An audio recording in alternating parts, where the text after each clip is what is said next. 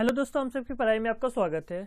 आज के इस वीडियो में हम लोग class 10 math second term exam का जो सिलेबस है उसको डिस्कस करेंगे। इसका पीडीएफ मैं अपने डिस्क्रिप्शन में दे दूंगा, वहां से आप डायरेक्टली डाउनलोड कर सकते हो। तो जो सबसे पहला यूनिट है हमारा बेसिकली आपका अलजेब्रा है। अलजेब्रा के अंदर आपका दो चैप्टर है। पहला चैप्टर है क्वाड्रेटिक इक्वेशन जो कि आपके एनसीईआरटी बुक का चैप्टर नंबर 4 है, और जो नेक्स्ट आपका चैप्टर है अरिथमेटिक प्रोग्रेशन जो कि आपके एनसीईआरटी बुक का चैप्टर नंबर 5 है। अलजेब्रा के अंदर आपका टोटल 10 मार्क्स का वेटेज दिया गया है, यानी चैप्टर 4 और चैप्टर 5 मिलाकर 10 मार्क्स का जो क्वेश्चन है आपसे पूछा जाएगा। अब हम लोग डिस्कस करेंगे कि इन दोनों चैप्टर में कौन सा क्वेश्चन रिमूव किया गया है।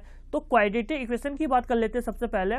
तो चैप्टर नंबर 4 के अंदर जो एक्सरसाइज है 4.3, आपका जो एक्सरसाइज 4.3 है इसके अंदर जो क्वेश्चन नंबर 1 होगा उसको रिमूव कर दिया गया है, और साथ ही जो एग्जाम्पल नंबर 7, 8, 9 इसको भी रिमूव किया गया है।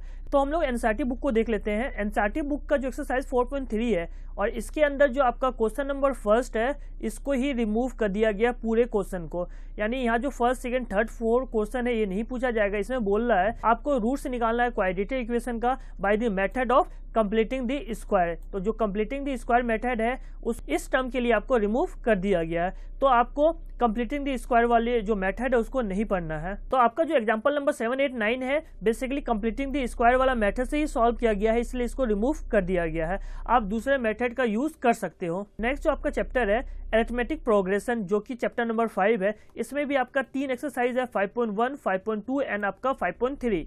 इसमें आपका जो 5.3 के अंदर कुछ क्वेश्चन एप्लीकेशन बेस्ड है उसको इस टर्म के लिए रिमूव कर दिया गया है। आपके बुक के अंदर जो एक्सरसाइज 5.3 है इसमें जो क्वेश्चन नंबर होगा 15 से लेकर 20 तक, यानी आपका 15, 16, 17, 18, 90 और 20 ये बेसिकली आपका एप्लीकेशन बेस्ड क्वेश्चन है उसको रिमूव कर दिया गया है। वैसे ही आपका एक एग्जांपल है एग्जांपल नंबर 16, इसको भी रिमूव कर दिया गया है। आप जो भी रिमूव पोर्शन है अपने बुक में जरूर मार्क कर लेना कि इन सारे क्वेश्चन आपको इस टर्म के लिए नहीं बनाना है। अब हम लोग बात कर लेंगे दूसरे यूनिट का जो कि आपका बेसिकली ज्योमेट्री है। इसके अंदर आपका टोटल जो मार्क्स दिया गया है 9 है।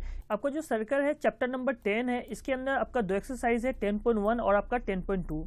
सर्कल का कंप्लीट चैप्टर आने वाला है, इसमें कुछ भी रिमूव नहीं किया गया है। और आपको याद रखना है इस चैप्टर के अंदर आपका बेसिकली दो थ्योरम होगा। पहला थ्योरम है 10.1 जो कि the tangent at any point of a circle is perpendicular to the radius through the point of contact, और जो दूसरा है the length of tangent drawn from an external point to a circle are equal. ये basically theorem number 10.2 होगा। ये रहा आपका पहला थ्योरम, थ्योरम 10.1, और ये आपका दूसरा थ्योरम है theorem 10.2 the length of tangent drawn from an external point to a circle are equal.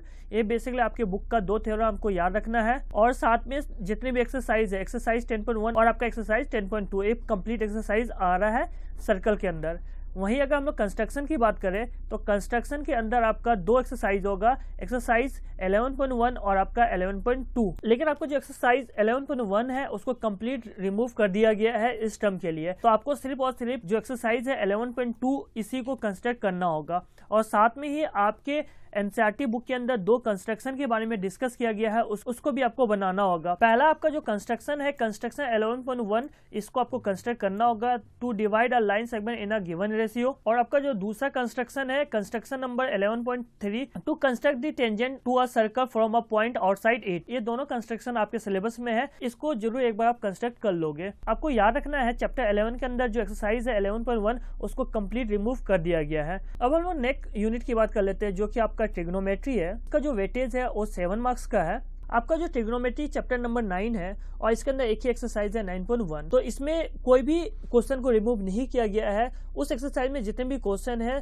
सारे क्वेश्चन इस टर्म में आने वाले हैं। इसको आप अच्छे से रिवाइज कर लो क्योंकि इसका जो वेटेज है आपका बेसिकली 7 मार्क्स का है। अब आपका जो नेक्स्ट यूनिट है मेंसुरेशन है, इसके अंदर भी आपका 6 मार्क्स का वेटेज है। इसके अंदर बेसिकली 4 एक्सरसाइज होगा, और आपका एनसीईआरटी बुक का चैप्टर नंबर 13 है। इसके अंदर जो एक्सरसाइज है 13.1, 13.2, 13.3 और आपका 13.4। इसके अंदर जो एक्सरसाइज 13.4 है उसको कंप्लीट रिमूव कर दिया गया है, और आपका जो एग्जाम्पल नंबर है 12, 13, 14 उसको भी रिमूव कर दिया गया है। तो मेंसुरेशन के अंदर 13.4 एक्सरसाइज को कंप्लीट रिमूव कर दिया गया है, उसमें से एक भी क्वेश्चन नहीं पूछा जाएगा। वैसे ही एग्जाम्पल नंबर 12, 13 और 14 को भी रिमूव कर दिया गया है।